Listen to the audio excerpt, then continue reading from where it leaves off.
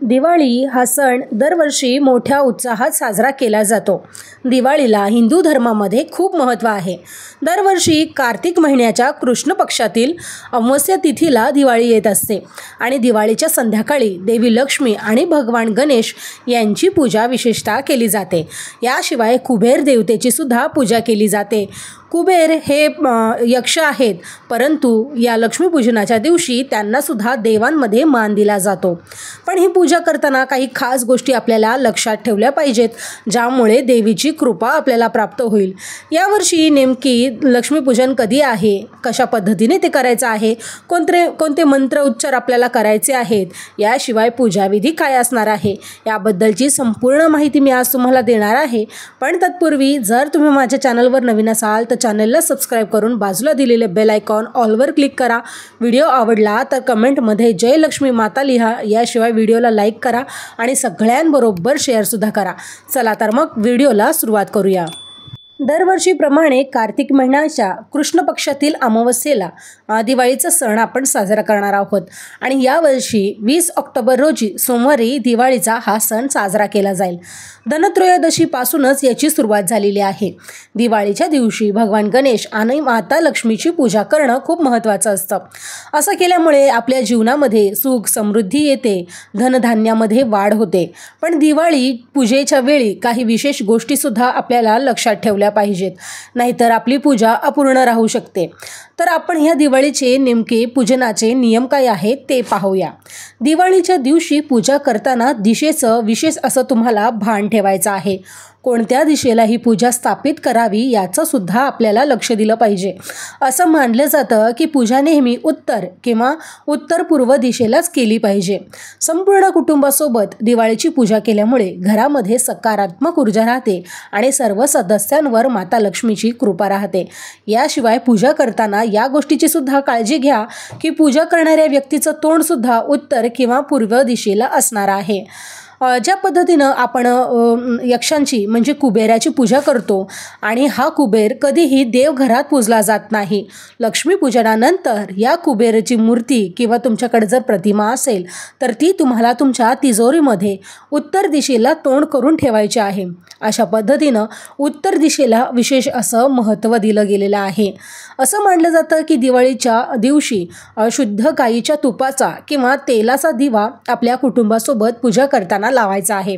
यासोबतच कापरासोबत तुम्हाला आरतीसुद्धा करायची आहे। असं केल्यामुळे विशेष असं फळ प्राप्त होतं। पूजेमध्ये देवी देवतांना फुले, हार, नैवेद्य हे सुद्धा अर्पण करायचं आहे। दरवर्षी दिवाळी पूजेसाठी आपण लक्ष्मी आणि गणेश यांच्या मूर्ती विकत घेतो। यावेळी मात्र या गोष्टीची काळजी घ्या की मूर्ती मातीच्या असाव्यात आणि लक्ष्मी माता गणेशजी यांची मूर्ती एकत्र जोडलेली नसावी। लक्ष्मी आणि गणेश यांच्या मूर्ती घेताना या गोष्टी तुम्हाला लक्षात ठेवायच्या आहेत। याशिवाय ज्या काही तुमच्याकडे जुन्या मूर्त्या असतील किंवा पूर्वी तुम्ही ज्या काही मूर्त्या घेतल्या आहेत त्या मूर्त्या तुम्हाला वाहत्या पाण्यामध्ये विसर्जित करायच्या आहेत। दोन्ही मूर्ती वेगवेगळ्या घेऊन त्यांची चौरंगावर मांडणी करून तुम्हाला विधिवत अशी पूजा करायची आहे। दिवाळीच्या दिवशी देवी लक्ष्मीची मूर्ती घेताना या गोष्टीची काळजी घ्या की देवी ही नेहमी बसलेल्या स्थितीत असावी। तिच्या हातातून धन बरसतानाच तुम्हाला दिसलं पाहिजे। उभी मूर्ती घेऊ नये असं म्हटलं जातं की त्यामुळे तुमच्या घरामध्ये लक्ष्मी स्थायी वास करत नाही आणि निघून जाते किंवा चंचल लक्ष्मी तुमच्या घरामध्ये येते। त्यामुळेच जेव्हा ही लक्ष्मी तुम्ही बसलेल्या स्थितीत घेणार आहात त्यावेळी तुमच्या घरात आलेलं धन हे नेहमी वास्तव्याला राहील, टिकून राहील अशा पद्धतीची मान्यता यामागे आहे। याशिवाय लक्ष्मी मातेनं लाल रंगाचं वस्त्र परिधान केलेलं असावं आणि ती कमळाच्या आसनावर विराजमान असली पाहिजे। अशा पद्धतीची देवीची मूर्ती घरात आणणं अतिशय शुभ मानलं जातं। यानंतर दिवाळीच्या दिवशी देवी लक्ष्मीची पूजा करताना उत्तर दिशेला तुम्हाला दिवा लावला पाहिजे। उत्तर दिशा ही पैशासाठी, धनासाठी अतिशय उत्तम मानली जाते आणि म्हणूनच या दिवशी आवर्जून तुम्ही जो दिवा लावणार आहात या दिव्याची वात तुम्हाला उत्तर दिशेला करायची आहे। तसेच देवीच्या पूजनामध्ये श्रीयंत्र, कवडी आणि गोमती चक्र अवश्य ठेवायचं आहे। याशिवाय कमळगट्ट्याची माळ तुम्ही ठेवू शकता, दक्षिणावर्ती शंख ठेवू शकता किंवा अखंड असं हळकुंड ठेवू शकता। यामुळे देवी लक्ष्मी लवकर प्रसन्न होते। यानंतर जर प्रदोष काळामध्ये तुम्ही शुभ मुहूर्तावर विधिविधानाने माता लक्ष्मीची पूजा आणि आरती केली तर ती नक्कीच तुमच्यावर प्रसन्न सुद्धा होते। अमावस्या तिथी ही 20 ऑक्टोबर 2025 रोजी दुपारी 3:44 सुरू होणार असून 21 ऑक्टोबर रोजी 2025 रोजी संध्याकाळी 5:54 समाप्त होणार आहे। याशिवाय या दिवशी नरक चतुर्दशी आणि सोमवती अमावस्या सुद्धा असणार आहे। त्यामुळे हा योग अतिशय उत्तम आहे। तुम्ही 20 तारखेला सुद्धा लक्ष्मीपूजन करू शकता आणि 21 तारखेला सुद्धा लक्ष्मीपूजन करू शकता। 20 तारीख ही कार्तिक अमावस्या असून या दिवसाची रात्र ही अमावस्या व्याप्त असणार आहे। म्हणजेच ज्यावेळी अमावस्या तिथी आहे या काळामध्येच प्रदोष काळामध्ये आपल्याला देवी लक्ष्मीची पूजा करायची असते। जर तुमच्या घरामध्ये पूर्वीपासून जर ही पद्धत असेल आणि तुम्ही जर कार्तिक अमावस्येच्या तिथीलाच पूजा करत असाल तर नक्की तुम्हाला 20 तारखेला पूजा करायची आहे। मात्र काही अडचण असेल आणि तुम्ही 20 तारखेला जर ही पूजा करू शकत नसाल तर 21 ऑक्टोबरला तुम्ही ही पूजा केली तरी सुद्धा चालणार आहे। 21 ऑक्टोबरला संध्याकाळी 6:10 ते रात्री 8:40 तुम्ही ही पूजा करू शकता। मात्र 20 तारखेची रात्र ही अमावस्या व्याप्त असणार आहे आणि त्यावेळी केलेलं पूजन हे शुभदायी ठरणार आहे। आता तुमची इच्छा आहे, तुम्ही 20 तारखेला करू शकता किंवा 21 तारखेला करू शकता। 21 तारखेला करण्याचा मुहूर्त अतिशय लहान आहे, म्हणजेच 2-2.5 तासांचा आहे। त्यामुळे तुम्हाला जर यावेळेस शक्य नसेल तर तुम्ही 20 तारखेला केली तरी सुद्धा चालणार आहे। दुसऱ्या दिवशी लक्ष्मीपूजन करताना तुम्हाला शुभ मुहूर्त हा दुपारी 1:50 ते सायंकाळी 4:54 लाभ मुहूर्त असणार आहे। याशिवाय अमृत मुहूर्त सुद्धा असणार आहे। याशिवाय 6:12 ते 7:45 लाभ मुहूर्त आणि अमृत मुहूर्त आहे। यामध्ये तुम्ही वह्या, जे काही व्यापारी वर्ग आहेत त्यांनी या काळामध्ये वह्यांचं खरेदी करू शकता।